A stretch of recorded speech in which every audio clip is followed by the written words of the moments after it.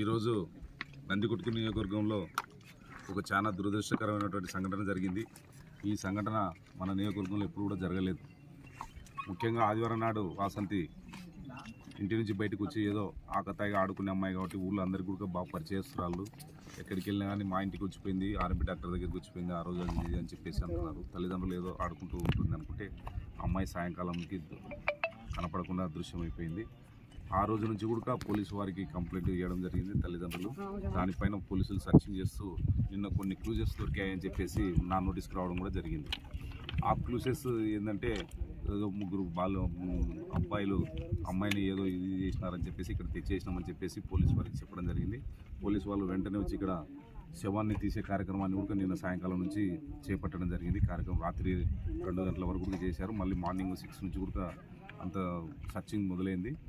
ఏదేమైనప్పటికీ